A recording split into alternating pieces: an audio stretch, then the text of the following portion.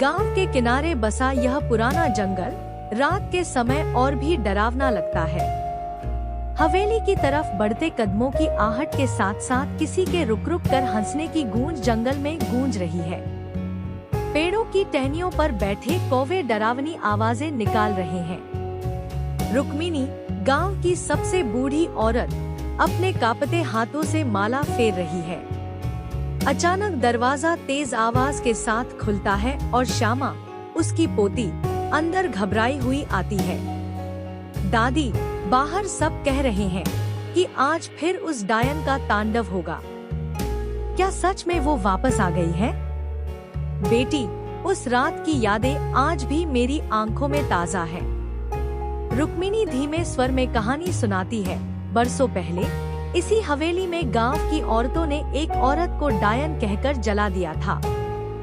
उसकी चीखें आज भी हवाओं में गूंजती हैं। जब जब अमावस की रात आती है, उसकी आत्मा बदला लेने लौट आती है। पर दादी, हम क्या करें? गांव वाले बहुत डरे हुए हैं। खिड़कियां बंद करो, दरवाजे पर हल्दी और नींबू बांध दो। उसकी नजर जिस पर पड़ जाए, वो फिर कभी लौटकर नहीं आता।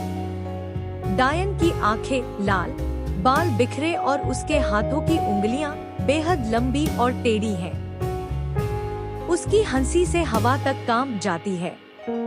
गांव के कुत्ते भौंकने लगते हैं और लोग घरों के भीतर दुबक जाते हैं।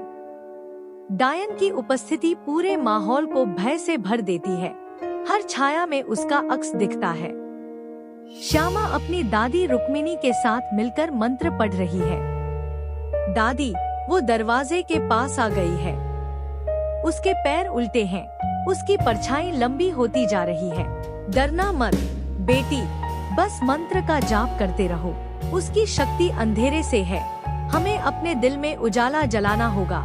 डायन खिड़की के बाहर से चेहरा झांकती है। उसकी आंखों से आग की लपटें निकल रही हैं। रुक्मिणी और श्यामा के सामूहिक साहस और विश्वास से हवेली की रक्षा हो गई। डायन की चीखें धीरे धीरे दूर होती गईं और उसकी परछाई राख में बदल गई। गांव के लोग धीरे धीरे घरों से बाहर निकले और हवेली के सामने दिए जलाते हुए बोले, दादी, क्या अब वह कभी लौट कर नहीं आएगी?